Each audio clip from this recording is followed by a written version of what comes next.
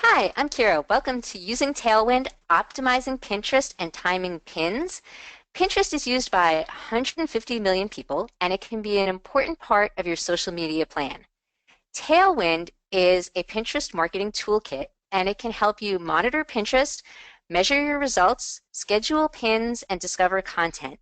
Today, we're going to look at the best times to post on Pinterest, how to see whether your pinning strategy is effective, and then take a brief tour of Tailwind to see how it can help. Some Pinterest basics to consider. Unlike Facebook and Twitter, where if your post isn't liked or retweeted within an hour, it's basically gone. Pins have a much longer shelf life. They show up in Google searches and they stay on your boards forever, or you can still delete them. The Social Media Examiner says that unlike Facebook, Twitter, and Instagram, where people post things that they've already done, Pinterest is filled with images, projects, and plans for what people want to do. Dream is a very common word on Pinterest. The best time to pin is a matter of some debate. As you can see here, CoSchedule recommends Saturday and Sunday, 2 p.m., 9 p.m., and 2 a.m. Other sources recommend weeknights between 8 p.m. and 11 p.m. But truly, the best time to post is when your followers are online and active. So one way to look at this is to figure out who your audience is. Most people don't use Pinterest while they're at work, so evenings and weekends are usually good times to pin. Keep in mind also that most Pinterest users don't visit the site daily. Here are some other Pinterest demographics that may help you figure out when to pin.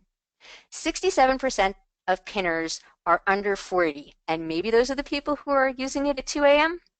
54% of women ages 34 through 55 use Pinterest, and perhaps that's the group that's active around 9 or between 8 and 11 p.m. And lastly, male use of Pinterest has grown 120% in 2016. Another way to figure out the best time for you to pin is to look at your free Pinterest analytics. To have access to Pinterest analytics, you must have a business account.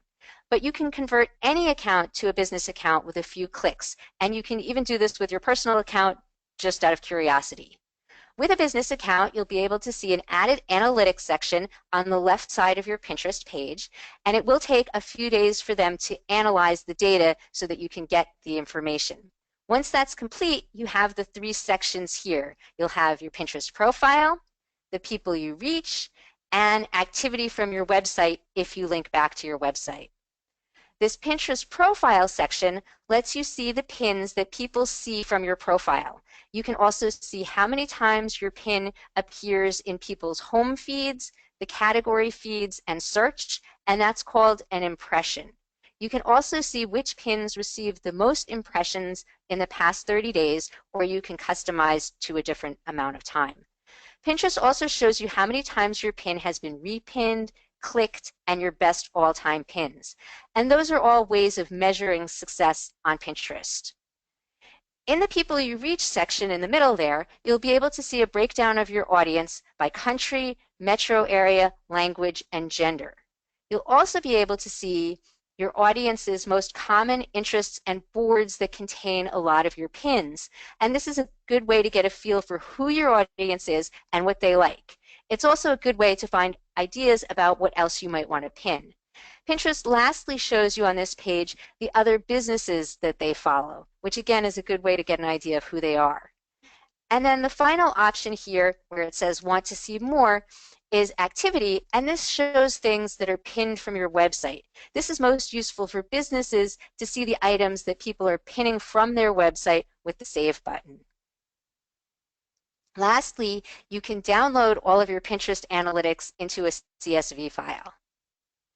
So now we're going to switch gears and we're going to take a look at Tailwind, which is an independent app for analyzing Pinterest, and it focuses on the pins and your activity on Pinterest. At a glance, you can see and compare all your repinned pins and which boards they come from. You can see who's pinning from your site and who your followers are, and this can help you see which content is getting the most attention and who's repinning your stuff. If you see an old pin that's getting repinned a lot, you might want to share it on another relevant board, or you might also want to post it on Facebook and Twitter since you can see that people are interested in that. Tailwind gives you a weekly summary that includes the number of repins, pins from your site, which here are known as domain pins, and it shows you the number of new followers. It also offers suggestions on ways that you can improve your account. So it might tell you that a certain board only has a few pins and that the most successful boards have at least 10 pins, or it might point out if any of your boards lack descriptions or categories. This screenshot comes from a slightly older version of Tailwind, so the layout is slightly different now. They expanded this menu on the left to give you more information, which I think is great because then you can tell what those little icons actually mean. And we're going to take a look at those features. We're on the weekly summary now. We're going to skip over publish for a moment, and we're going to take a look at the other ones. We'll come back to publish, don't worry. The feature for monitoring your domain relates to the pins that are from your website. So again, that's more relevant if you're trying to sell something that people are pinning from your website. The next feature there is track your brand. And here you can look at your profile performance overall, and you can see the number of followers, the number of repins, pins, and likes that you've gotten. It also shows the number of followers and follower growth. At the bottom, it gives you a virality score that's based on the number of pins you have divided by the number of repins. And this is supposed to show how much your pins are getting repinned across your profile. You also get an engagement score, which is the measure of your audience's engagement with your pins, showing how much interaction the pins are receiving on a per follower basis. And lastly, it shows the engagement rate, which is based on the percentage of pins with at least one repin. And this is supposed to show how well your content is resonating with your audience. Tailwind also offers board insights, which show this for just particular boards. And again, it'll show the number of pins, followers, repins, the virality score, and an engagement score. Under optimized content, the free version of Tailwind includes a pin inspector that shows each pin, its repins, likes, comments, date pinned, and then gives you the option to schedule a repin or find similar content. I really like the date pinned feature because on most of Pinterest, you can't see when something was pinned. And I was really excited about the find similar content feature, but I didn't really feel that it was relevant enough to make me want to repin what I found there. The free version lets you analyze up to 250 pins. Tailwind offers a free basic account and several paid options. One of the paid options, which you can get to from here, is this best time to pin feature. And it analyzes your account and it finds the days and times that you pin the most and then which days and times your pins get the most repinned. And this is completely personalized to your account, so it will give you the true picture of when the best time to pin for you and your followers are. Once you have that information, you can go on to Tailwind scheduling, and that's going back to the publish link that I skipped over before. So using all the data from Tailwind, you can then determine the best time and schedule your pins ahead of time. Tailwind gives you a pin scheduling calendar where you can drag and drop pins, and then you can set a specific time or you can use a queue to spread your pins out. It lets you pin to multiple boards at the same time, and Tailwind can also tell you if you've already pinned something, when you pinned it, and to which board.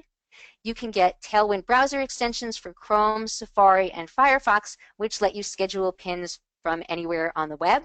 They also have a mobile app, so you can schedule pins and repins on the go.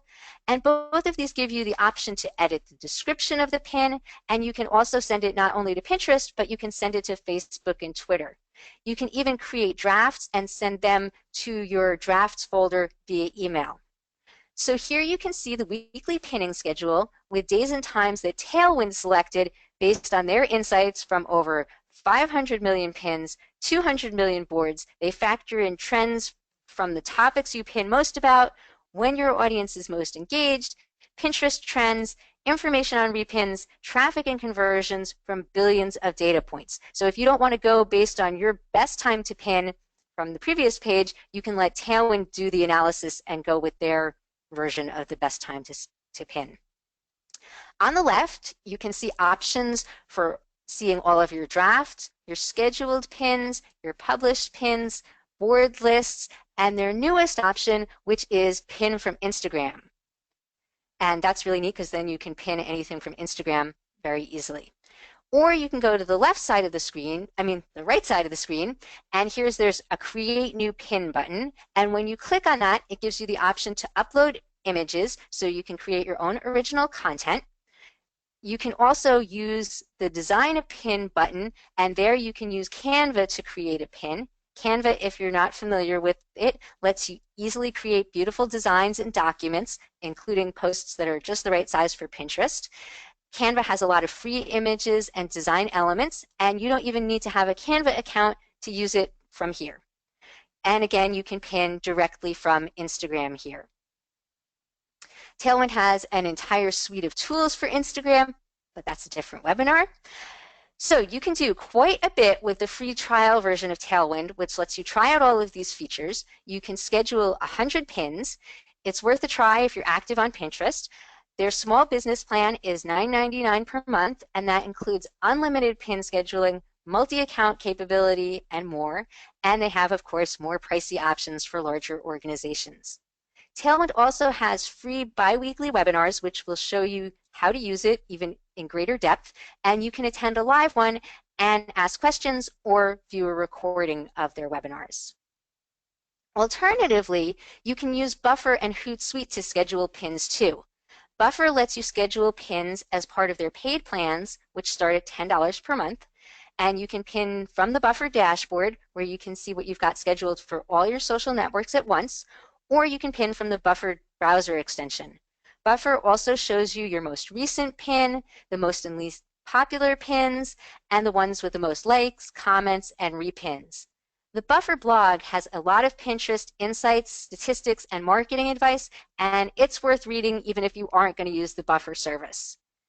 Then Hootsuite lets you use Tailwind through Hootsuite with their free Tailwind app. They don't include Pinterest as one of their basic social networks, so you do have to get Tailwind through Hootsuite if you want to use it there. The Tailwind app in Hootsuite gets you the benefit of being able to plan out everything for social media in one place, and you'll also be able to see streams there for your drafts, your scheduled pins, a pin calendar, your latest pins, and the content suggestions. So using Pinterest Analytics, Tailwind, Buffer, or Hootsuite, you can learn more about your audience, you can figure out when to pin to engage them, and measure how well your strategy is working by looking at whether your pins are getting clicked and repinned. You might also want to measure your success more concretely depending on what you're pinning. So if you're pinning book lists, you could see if there's an increase in circulation, or if you're pinning about library events, you could consider attendance as a measurement too. You can save yourself a lot of time by using Tailwind, Buffer, or Hootsuite so that you can do all of your planning ahead of time and then have your pins post automatically. I hope you'll give them a try. If you have any questions or comments, please contact me at kira@kdace.com. Thanks.